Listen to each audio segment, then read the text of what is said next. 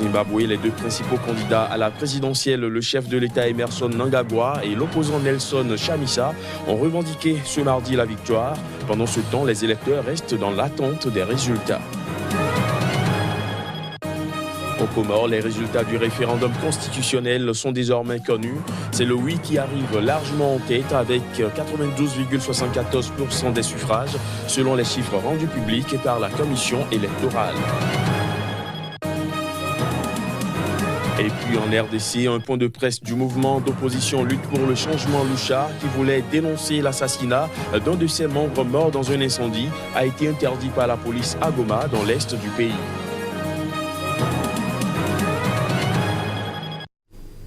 Voilà pour les titres. Bonsoir à tous.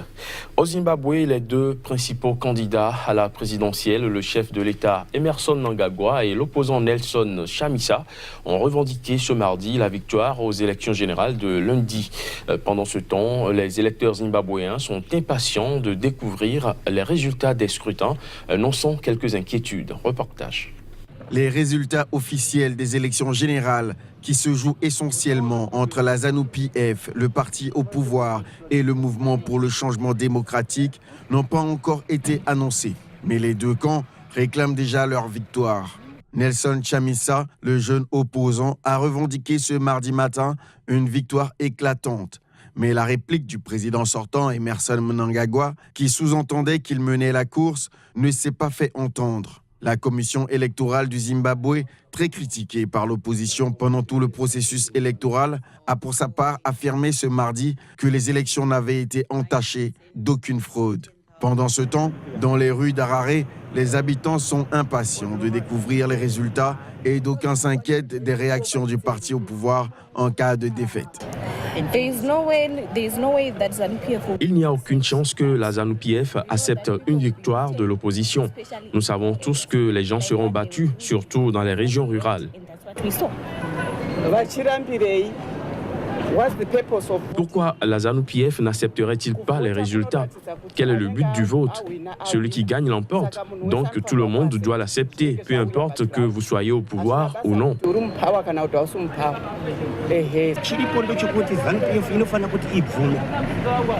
ZANU-PF devra accepter une défaite car le Zimbabwe est pour le peuple et sa volonté est importante. La guerre est finie et nous voulons maintenant le développement. Personne n'acceptera, l'opposition n'acceptera pas un second tour parce qu'ils savent qu'ils ont obtenu la victoire.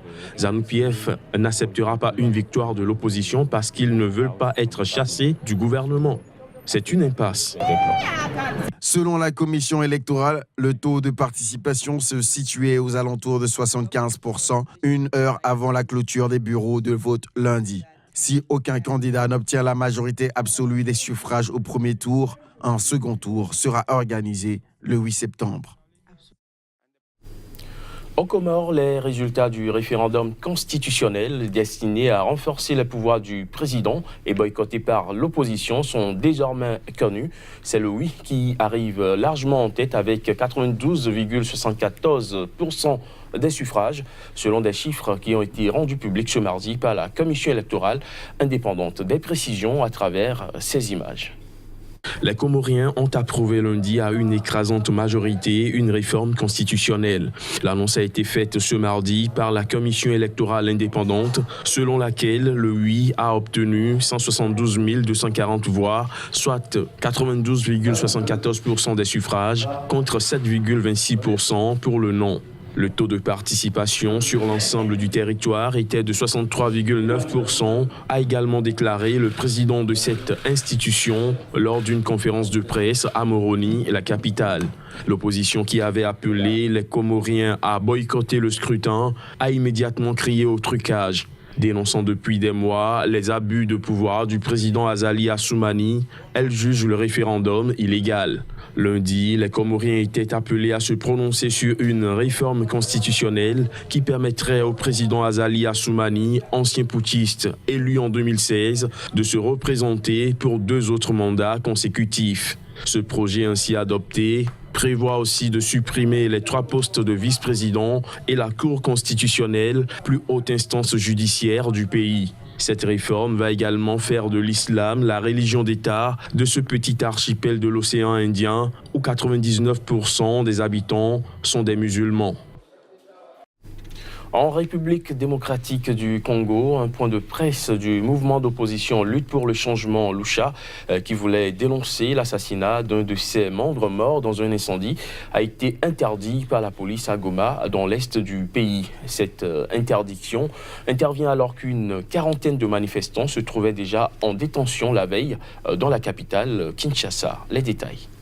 Les militants du mouvement Lutte pour le changement voulaient dénoncer l'assassinat d'un de ses membres, Luc Nkulula, mort au mois de juin dernier dans l'incendie de sa maison à Goma. Mais la police a interdit l'accès à leur point de presse. Le maire de la localité, Timothée Mouissa Kissé, justifie cette interdiction par le fait que cette conférence de presse ne pouvait se tenir sans l'autorisation de la mairie. Un militant de Lucha a cependant lu dans la rue un communiqué qui dénonce les conclusions d'une enquête judiciaire dans cette affaire rendue publique vendredi dernier par le procureur. À travers cette conclusion, le procureur avait annoncé que cet incendie était tout simplement un incendie malheureux et qu'il n'y a pour l'instant aucun prévenu à poursuivre. Les militants de la Lucha disent être plus que jamais convaincus que leur camarade a été assassiné. La Lucha a par ailleurs indiqué que 7 de ses militants se trouvaient parmi les personnes arrêtées lundi à Kinshasa. En effet, une quarantaine de manifestants, des militants de mouvements citoyens, ont été arrêtés lors d'une marche silencieuse. Ils marchaient pour aller déposer un mémorandum au bureau de la représentante spéciale du chef de l'État en charge de la lutte contre les violences sexuelles afin d'exiger l'implication du président Kabila pour la libération des filles et femmes esclaves sexuelles au Kasaï. Restons en République démocratique du Congo où les partisans de l'opposant Jean-Pierre Bemba se font une joie de le recevoir dans le cadre de son retour. Un retour annoncé pour demain, mercredi, à Kinshasa et puis samedi dans son fief familial de Djenema. Suivons plutôt. Donc le président arrive bel et bien le 1er août à Kinshasa et le samedi le 4 août, il sera bel et bien avec nous ici à Gemena. L'arrivée de Bemba montre un nouvel espoir de la RDC pour une alternance dans notre pays, ce qui est une joie pour les fils du pays. L'arrivée de Bemba en RD Congo montre que le pays est sauvé. On a besoin de sa présence pour que le pays se remette sur pied. Nous vivons comme des morts vivants.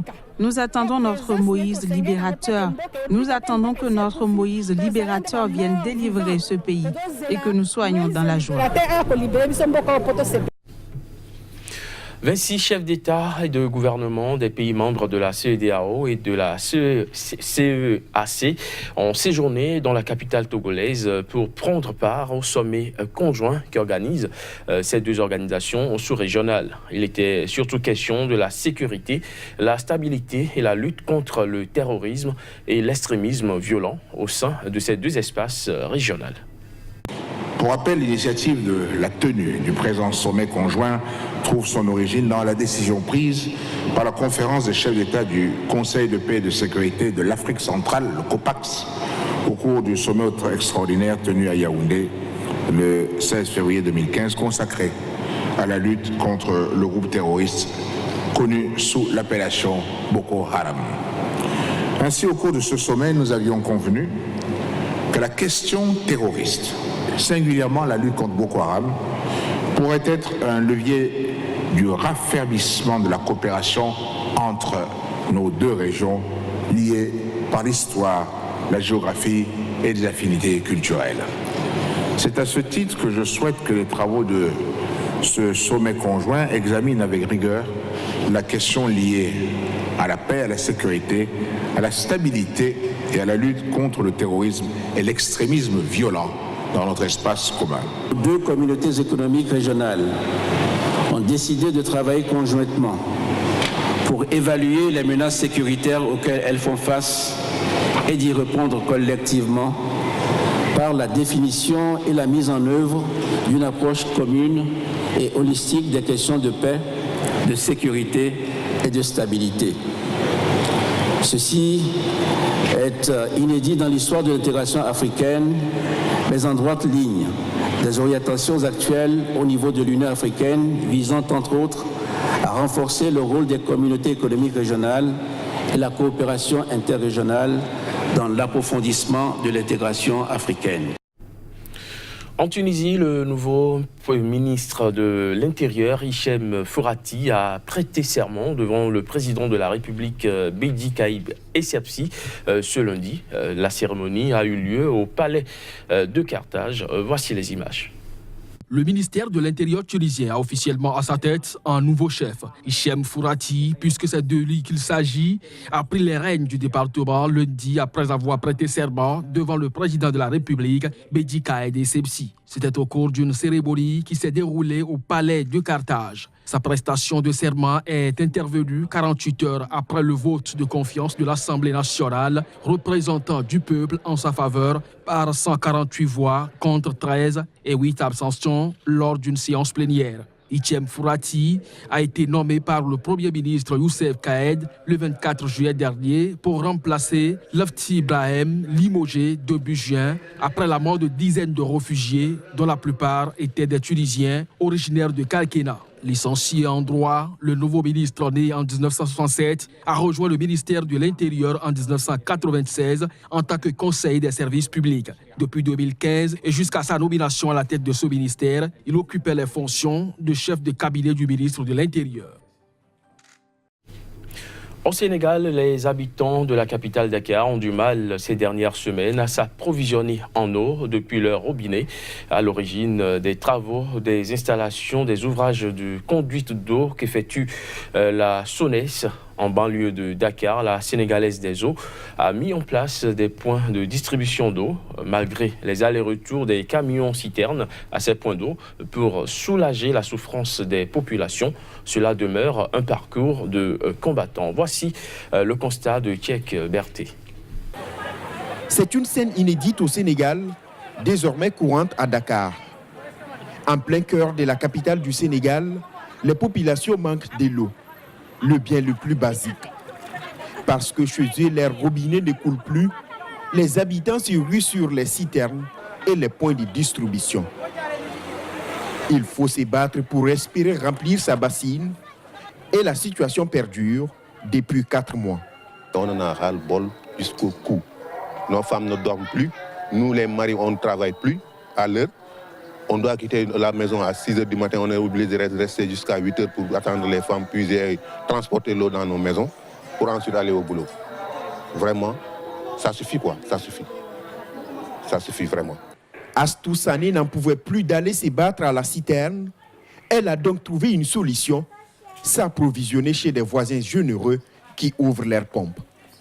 Mais là aussi, il faut patienter plusieurs minutes, voire des heures, un prix lourd à payer pour elle, pour remplir ses bidons. Je suis très fatiguée, trop même, parce que ça a même handicapé toutes nos occupations. Il y a quelque chose à aller régler, mais tu laisses tout tes espoirs pour aller chercher de l'eau. La Société nationale des eaux du Sénégal mène de grands travaux sur les ouvrages de conduite d'eau pour rattraper 15 années de retard d'investissement structurant, selon son directeur. Pour lui, cette pénurie d'eau est le résultat de l'explosion démographique de la ville. Dakar, c'est 70% et besoin sur 0,7% de la superficie. Voilà quelles en sont les raisons. D'ici la fin de l'année, suivant un plan d'action, nous comptons mobiliser 100 millions de litres d'eau au profit de ces populations-là à travers la réalisation de plusieurs forages dans Dakar et ses environs. La situation devrait s'améliorer d'ici mi-août et progressivement en septembre. En attendant, les habitants de Dakar continuent leur course à l'eau qui commence depuis l'aube dans certains quartiers. Fin de ce journal, merci de l'avoir suivi.